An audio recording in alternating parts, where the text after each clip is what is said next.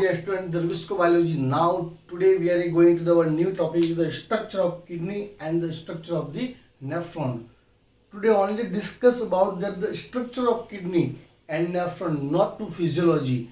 Okay, we will study of the physiology in the next videos or next classes. Okay? Okay. What is the structure of the kidney?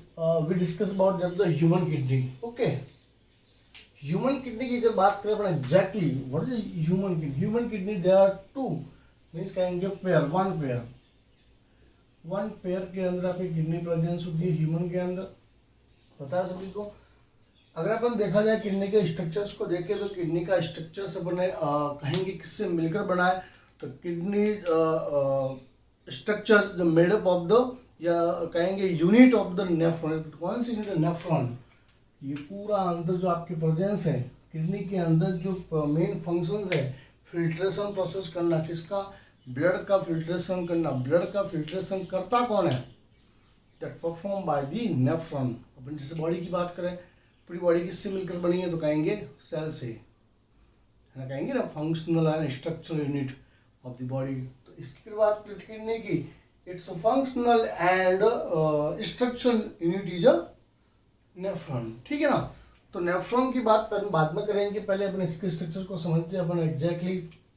ये जो अपन ने बताई वो right kidney है.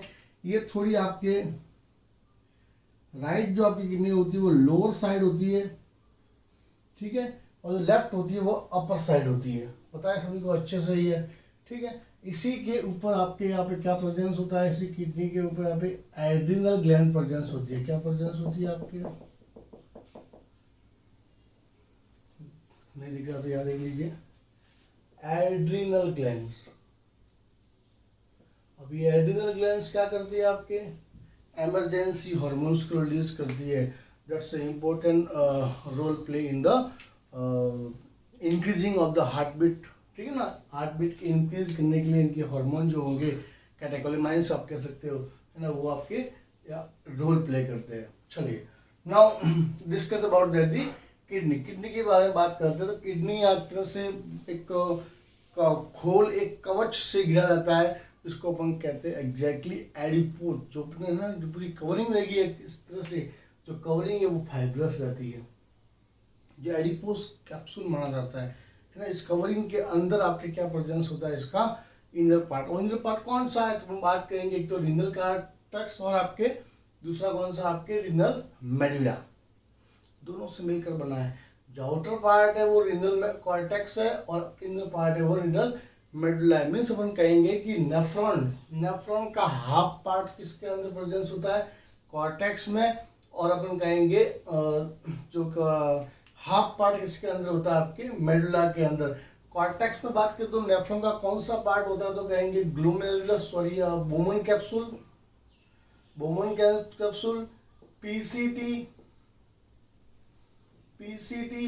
And DCT. PCT मतलब proximal convoluted tubules और DCT मतलब distal convoluted tubule. देखेंगे अपन नेफ्रॉन के स्ट्रक्चर्स के अंदर. तो रीनल कॉर्टेक्स और रीनल मेडुला के अंदर आपने नेफ्रॉन को डिवाइड किया है. और यहाँ पे होता है आपके लूप ऑफ हेनले. क्या होता है इसके अंदर? Loop of Henle. यहाँ पे केवल लूप ऑफ हेनले प्रेजेंस होता है इसके अंदर. ठीक है ना. चलिए फिर बात करें इसके अंदर, एक तो आपके आर्टरीज और वेन्स होती है. आर्टरीज क्या काम करती है? आपके फ्रेश ब्लड को ले जाने का काम करती है. यहाँ पे क्या काम करती है? ये इसके अंदर फ्रेश ब्लड को ले आती है. और ये वेन्स आपके जो इम्प्योर ब्लड है उसको ले जाती है, ताकि वापस इसके जो इसमें भी सेल है ना, सेल को जो ऑक्सीजन चाहिए काम करने के लिए. ठीक है. चलिए अब ये इसका इम्पोर्टेंट जो पेल्विक रीजन है आपके, सॉरी पेल्विस रीजन है, यहाँ यहीं पे आपके जो स्टोन होता है ना, पेल्विस स्टोन, मोस्टली या मैक्सिमम जो आपके स्टोन प्रेजेंस होता है वो आपके इसी के रीजन के अंदर प्रेजेंस होता है, पेल्विस रीजन के अंदर. ठीक है. इसके अलावा पूरे जो इस तरह से पिरामिड बने, ये पिरामिड किसके मिलकर बने तो अपन कहेंगे ये आपके एग्जैक्टली नेफ्रॉन का स्ट्रक्चर, कंबाइंड स्ट्रक्चर है. ठीक है. इनके नाम दे दिए अपन ने, मेजर कैलिक्स मतलब बड़ा, छोटा मतलब ये माइनर कैलिक्स है ना, और पेपिला जो उसका नेफ्रॉन का एंड पार्ट इनर साइड वाला. देन आफ्टर जहाँ पूरा अल्ट्रा फिल्ट्रेशन या कहेंगे जब भी पूरा यूरिन फॉर्मेशन होगा, यहाँ पे पूरा ब्लड का फिल्ट्रेशन प्रॉपर होने के बाद में प्रॉपर होने के बाद में यहाँ पर अंदर आपके क्या बन जाता है, आपके यूरिन, और वो यूरिन यूरेटर्स के थ्रू आपके सीधा क्या जाता है, आपके यूरेटर्स के थ्रू यूरेथ्रा, और यूरेथ्रा के थ्रू आपके बॉडी से आउट कर दिया जाता है। तो केवल और केवल अपने स्ट्रक्चर्स को समझने की कोशिश कर रही है। एब्डोमिनल कैविटी के अंदर प्रेजेंस होती है आपके, है ना, केवल स्ट्रक्चर को समझने की। फंक्शन मैंने कहा ना, केवल today discuss about the only structure, not a physiology, है ना। अब अपन बात करें इसके नेफ्रॉन की बात करते हैं, है ना। चलिए अब अपन बात करते हैं structure of nephron. The structure of nephron, पहले सभी को अच्छे से पता होना चाहिए, nephron is the structural and functional unit of the kidney, है ना। किडनी का जो मेन काम वो नेफ्रॉन्स के थ्रू होता है। I again told you, I again tell you, today's now explain only structure, है ना। अपन केवल आज अपन स्टडी करेंगे, एक्सप्लेन करेंगे, केवल स्ट्रक्चर्स को देखेंगे, फिजियोलॉजी को अपन नेक्स्ट क्लास के अंदर पढ़ेंगे, ठीक है ना। चलिए पहले बात तो अपन को क्लियर करना चाहिए कि नेफ्रॉन के किससे मिलकर बना है। तो पूरे नेफ्रॉन की बात करें, अपन पूरे नेफ्रॉन की बात करें, made up of the three part से मिलकर बना। कौन सा, तो कहेंगे Bowman capsule, and second is the PCT, and third is the DCT, middle part, and fourth part now the collecting duct. Clear कर लेते हैं। Bowman capsules is the have the network of capillaries.